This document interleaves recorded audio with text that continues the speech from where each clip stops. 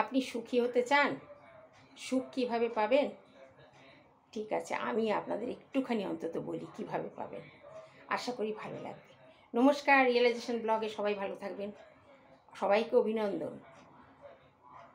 জীবনের চাহিদা যত কম থাকবে ততই কিন্তু সুখী হওয়া যাবে। যেমন ধরুন, আজকে আমার একটা জিনিস খুব পেতে ইচ্ছা করছে, এবার এই জিনিসটা ধরুন আমি পেলাম না, তখন আমি হতাশাগ্রস্ত হলাম, ডিপ্রেশনে চলে গেলাম। তখন আমার জীবন থেকে সুখ তো চলেই গেল, বরং আমি অসুখে পড়লাম। তাই জীবনের ছোট ছোট কাজগুলোকে গুরুত্ব দিয়ে ভালোবেসে করলে আপনি এনজয় করবেন, দেখবেন। আর প্রকৃত সুখের কিন্তু কোনো ডেফিনেশন নেই, কারণ সুখটা কিন্তু সম্পূর্ণ নিজের ওপর নির্ভর করে। সুখ হচ্ছে আসলে একটা গুড ফিলিং।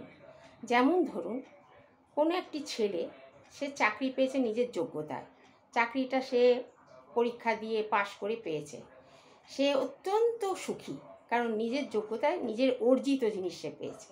কিন্তু আজ যদি এই চাকরিটা কাউকে পায়ে তেল দিয়ে পেত, সে কিন্তু সুখী হতে পারতো না। তাই সুখের ডেফিনেশনটাই আলাদা। সুখ হচ্ছে নিজের অন্তরের জিনিস, আর সেটা নিজের কাজের মাধ্যমে কিন্তু খুঁজে নিতে হয়। সুখের জন্যে কখনো অন্যায়, যদি প্রকৃত সুখী হতে চান তাহলে কিন্তু কখনো অন্যায় করবেন না, হিংসা করবেন না, ক্ষুদ্র গণ্ডির মধ্যে নিজেকে আটকে রাখবেন না, হীনমন্যতায়ও ভুগবেন না, অতীতকে মনে করবেন না, পরিবর্তনকে মেনে নেবেন এবং সহ্য গুণ থাকতে হবে।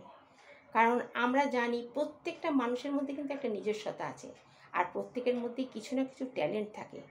সেই ট্যালেন্টগুলো কিন্তু খুঁজে আমাদেরই বার করতে হয়, আর সেই ট্যালেন্টগুলোকে খুঁজে নিজেরা যদি নিজেদের বাস্তব জীবনে পূরণ করতে পারি, তাহলে দেখবেন সুখ আপনার থেকে আসবে। তাই যে কোনোই কাজ করুন না কেন, সেই কাজটা সুখের জন্যে যদি কোনো কাজ করেন তাহলে কিন্তু সুখী হবেন না। সুখী হয়ে যদি যে কাজ করেন তাহলে আপনি সুখও পাবেন, সফলতাও পাবেন।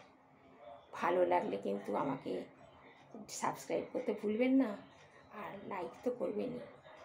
আশা করি সবাই খুব খুব ভালো থাকবেন।